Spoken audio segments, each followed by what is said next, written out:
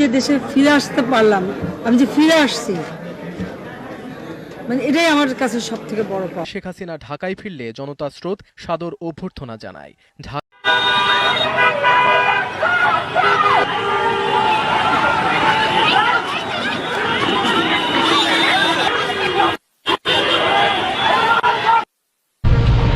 দেশে এখন যুদ্ধ পরিস্থিতি বিরাজ করছে এবং সেই যুদ্ধ অন্য জায়গা থেকে আমাদের উপর চাপিয়ে দেওয়া হয়েছে বলে জানিয়েছেন তথ্য উপদেষ্টা মাহফুজ আলম। শেখ হাসিনার দেশে আসার যে প্রস্তুতি, এগুলো কিন্তু দ্রুত সময় কিন্তু এগোচ্ছে। বিশেষ করে আপনারা জানেন যে প্রধানমন্ত্রী শেখ হাসিনা আপনার তেজগাঁও বিমানবন্দরে নামার একটি আপনার পরিবেশ তৈরি হচ্ছে, বা উনি বাংলাদেশে আসবেন। ওনার যে কোনো মুহূর্তে দেশে ঢুকতে পারেন শেখ হাসিনা। হঠাৎ করে একই ঘোষণা দিলেন উপদেষ্টা মাহফুজ আলম। তার বক্তব্যকে ঘিরে রীতিমতো সারা দেশে তুলফার। এদিকে তবে কি সাকসেস হতে চলেছে ভারত এবং ভারতের সেনাবাহিনীর প্ল্যান? মহাবিপদে পড়তে যাচ্ছে ডক্টর ইউনূস এবং তার সমন্বয়করা। বিস্তারিত জানতে অবশ্যই না টেনে দেখতে থাকুন। ঢুকে যাওয়া, একদিকে বিএনপির নাম ধরে চাঁদাবাজি করা, আরেকদিকে বিএনপির দুই দলে মারামারি করে খুন খারাপি করা, আরেকদিকে সমন্বয়ক নাম ধরে বিভিন্ন জায়গায় যাইয়া চাঁদাবাজি করা। আমরা দেখছি বন্ধুরা, সমন্বয়ক নাম ধরেও কিন্তু অনেকে অনেক কিছু করছে, আমরা দেখছি সেইটা। এটি এতদিন চলছে, কিন্তু আর চলতে দেওয়া হবে না। সমন্বয়ক নাই, সমন্বয়কের কোনো পরিচয় নাই, সমন্বয়কের কোনো কর্ম নাই, কথাটা বলছিল রাইট সাহেব। প্রিয় দর্শক, ভারতের একটি গণমাধ্যম দাবি করেছে বাংলাদেশে ঘটে গেছে এক ভয়াবহ সামরিক কূ, এবং এই কূ সংঘটিত হওয়ার সময় বাংলাদেশের টপ 5 জন জেনারেল মারা গেছে। এই ঘটনা কতটুকু সত্য, কিংবা ভারতের গণমাধ্যম এত বড় খবর কি করে প্রচার করলো, কোন ঘটনার ভিত্তিতে কিংবা এর সত্যতাকে? 2 নম্বর, আওয়ামী লীগের সময় ফ্যাসিস্ট রেজিমের যেসব বড় বড় ব্যবসায়ী ছিলেন, যারা আওয়ামী লীগকে সকল অপরাধের ব্ল্যাঙ্ক চেক দিয়ে দিয়েছিল, সেই ব্যবসায়ীরা এবার দেশে বিদেশে বসে। সুপ্রিয় দর্শক মন্ডলী, আসসালামু আলাইকুম ওয়া রাহমাতুল্লাহ। আশা করি সবাই ভালো আছেন, সুস্থ আছেন। স্বাগত জানাচ্ছি আরেকটি নতুন ভিডিওতে। সুপ্রিয় দর্শক মন্ডলী, ভিডিও থাম্বনেল টাইটেল ও ভিডিওর কিছু অংশ বিশেষ থেকে আপনারা ইতিমধ্যে ধারণা করতে পেরেছেন যে আজকের ভিডিওটি কতটা গুরুত্বপূর্ণ। সুপ্রিয় দর্শক মন্ডলী, আসুন আমরা সেই অংশ বিশেষগুলোর বিস্তারিত আলোচনা দেখে আসি, যা দেখলে আপনারা রীতিমতো অবাক হয়ে যাবেন। সুপ্রিয় দর্শক, আপনারা বুঝতে পারবেন দেশ কোন দিকে যাচ্ছে এবং ক্ষমতা খার খাতে যাচ্ছে, আবারও দেশে কি গন্ডগোল তৈরি হচ্ছে, সম্পূর্ণ বিষয়ে দেশের পরিস্থিতি সম্পর্কে আপনারা পরিস্থিতির ধারণা লাভ করতে পারবেন। আসুন আমরা সেই ভিডিওটির বিস্তারিত আলোচনা, অংশ বিশেষগুলোর সম্পূর্ণ বিস্তারিত আলোচনা দেখে আসি। তার আগে আপনাদের প্রতি ছোট্ট একটা রিকোয়েস্ট, যারা আমার চ্যানেলটি সাবস্ক্রাইব করে লাইক কমেন্ট শেয়ার। দেশে এখন যুদ্ধ পরিস্থিতি বিরাজ করছে এবং সেই যুদ্ধ অন্য জায়গা থেকে আমাদের উপর চাপিয়ে দেওয়া হয়েছে বলে জানিয়েছেন তথ্য উপদেষ্টা মাহফুজ আলম। সোমবার রাত 3টায় সামাজিক যোগাযোগ মাধ্যম ফেসবুকে এক স্ট্যাটাসে এই কথা জানান তিনি। পোস্টে লেখেন, একটা কন্ট্রোল রুম থেকে সেই যুদ্ধের প্রতি সপ্তাহ দিনের কর্মসূচি চালু করা হয় ও মনিটর করা হয়। আমাদের সেই যুদ্ধের বিরুদ্ধে ঐক্যবদ্ধ হয়ে প্রতিরোধ গড়তে হবে। তিনি লেখেন, ছাত্র যুবকদের জন্য লক্ষাধিক চাকরির ব্যবস্থা, তরুণদের জন্য জাতীয় কর্মসূচি গ্রহণের বিষয় উত্থাপিত হয়েছে। শীঘ্রই এই বিষয়ে দৃশ্যমান পদক্ষেপ নেওয়া হবে। সরকার জঙ্গিবাদ ও সন্ত্রাসের বিরুদ্ধে জিরো টলারেন্স দেখাবে এবং সেই লক্ষ্যে সমন্বিত তৎপরতা এরই মধ্যে শুরু হয়েছে। দ্রব্যমূল্য নিয়ন্ত্রণ, সন্ত্রাসীদের গ্রেপ্তার ও বিচার প্রতিষ্ঠানসমূহকে শক্তিশালী করা, জুলাই শহীদ ও আহতদের জন্য ইতিবাচক উদ্যোগ গ্রহণ থেকে শুরু করে বিভিন্ন ইস্যুতে সরকার সক্রিয় সফল।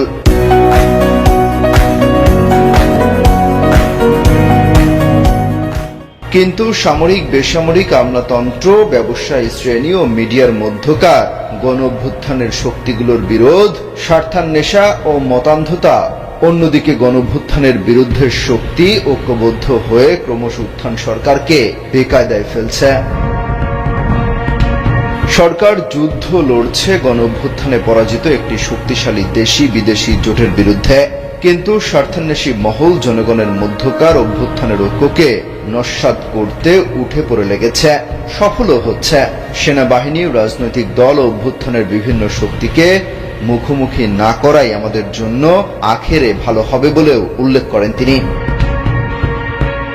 রাষ্ট্র সংস্কার, গণহত্যা ও লুটপাটের বিচার, প্রতিষ্ঠানসমূহের পুনরুজ্জীবিত ও গণতান্ত্রিক রূপান্তর সহ নানা বিষয় আমাদের লক্ষ্য থেকে হারিয়ে যাচ্ছে বলেও উল্লেখ করেন তিনি। এই সরকারের আমলে এই দেশকে গড়ে তোলার সুযোগ ও সক্ষমতা তৈরি হয়েছে বলেই ভিন দেশ থেকে দ্রুততার সাথে সরকার পরিবর্তনের প্রেসক্রিপশন আসছে।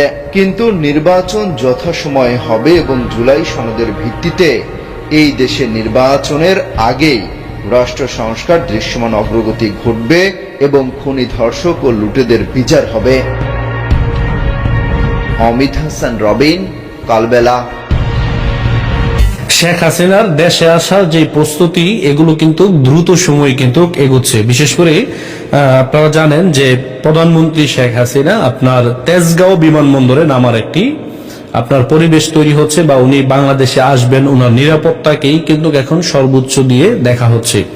হয়তো অনেকে আমাকে বলবেন যে উনি কিভাবে বাংলাদেশের প্রধানমন্ত্রী, তাহলে আমি আপনাদেরকে বলবো এই ভিডিওটি দেখার জন্য।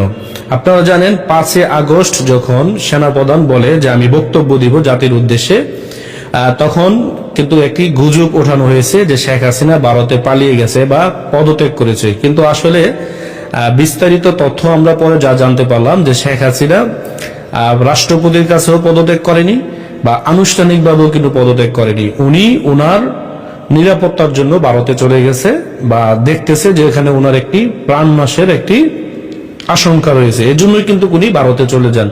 এখন প্রশ্ন হচ্ছে যে সেনাপ্রধান তো বলেছিল যে শেখ হাসিনা পদত্যাগ করছে, এখন উনি এই উত্তপ্ত পরিস্থিতিতে এই কথাটা কেন বললেন বা এই কথাটা বলার কারণ কি রয়েছে, এটা যদি আমরা গভীরভাবে পর্যবেক্ষণ করি তখন ওই সময়টার পরিস্থিতি ছিল অনেকটা উত্তপ্ত একটা পরিস্থিতি।